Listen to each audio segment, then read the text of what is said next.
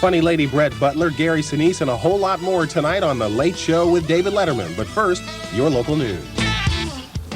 Next on News 8 at 11 o'clock, the mother of a man injured in that downtown brawl reacts to today's announcement that 7 police officers will be punished. A search continues for a missing airliner with 141 people on board.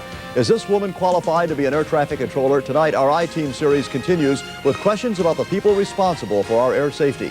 Next on News 8 at 11. There are more airplanes in the sky than ever before, and it's the job of air traffic controllers to ensure they don't collide. But the training of controllers at the Indianapolis Center is under fire. The News 8 I-Team's been investigating this all week. Neal Moore joins us now with his findings. Neal? Good evening, Mike and Debbie. The old guard at the Indianapolis Center claims political correctness has infected the air traffic control system. Some controllers have told the I-Team they think the FAA is tolerating unqualified trainees in the name of diversity and that air safety has been compromised. When they're only 3 minutes apart and you're moving 8 miles a minute, you don't have a lot of time to pry them apart. This Indianapolis air traffic controller, who asked us not to use her name, sits in the middle of an ongoing debate about how air traffic controllers should be hired and trained. Delta 1599, need you to start your descent now, please, and maintain at least 2,000 feet a minute in the descent. After 5 years of training, she was certified recently to work without supervision. But the following incident has called into question her ability and training. Okay, Delta 1584, descend to flight level 270, and you'd like us to expedite through 280. Well, this aircraft wouldn't turn, and it foiled my whole plan. She got a little angry, a little frustrated, and made a couple comments that she probably shouldn't have. Delta 1584, affirmative, and you can, 1584, turn right heading of 150, 150. So at that point, I had to abandon my plan making and just turn them so that they didn't hit each other. Resume normal speed.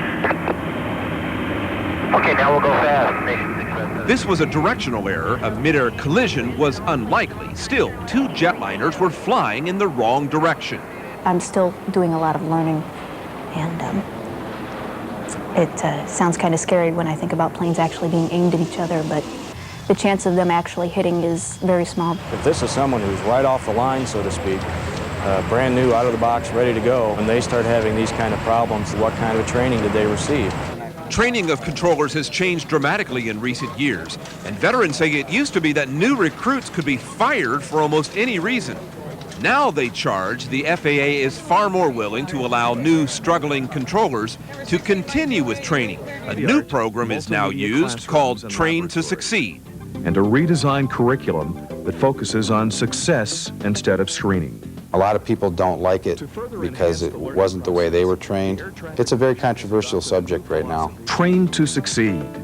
While not an affirmative action program per se, controllers say race and gender issues are influencing who is hired and fired.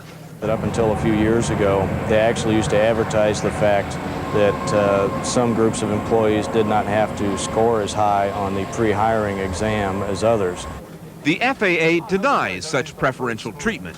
But controllers have sued the FAA and won over disciplinary matters, and now veterans here claim the agency is paralyzed by inaction and is too willing to stick with controllers who may not be right for the job.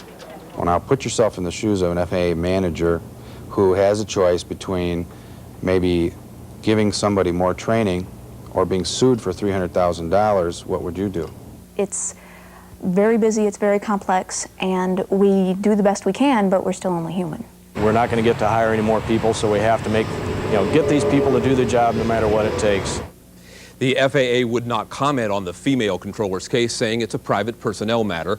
But we do know that she remains on the job at the Indianapolis Center and is now in a retraining program.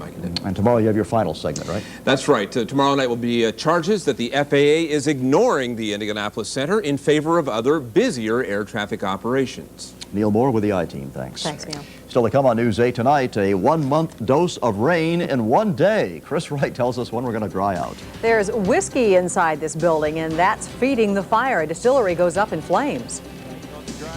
Bob Nice Hoosiers in action tonight at Assembly Hall. Mark Patrick has highlights. Finally drives around that 5th guy, and there I've been blessed, and I've had a lot of different opportunities, and I guess the good thing about being Michael Jordan is I can take advantage of them. Stick around for actor Michael Jordan. Patty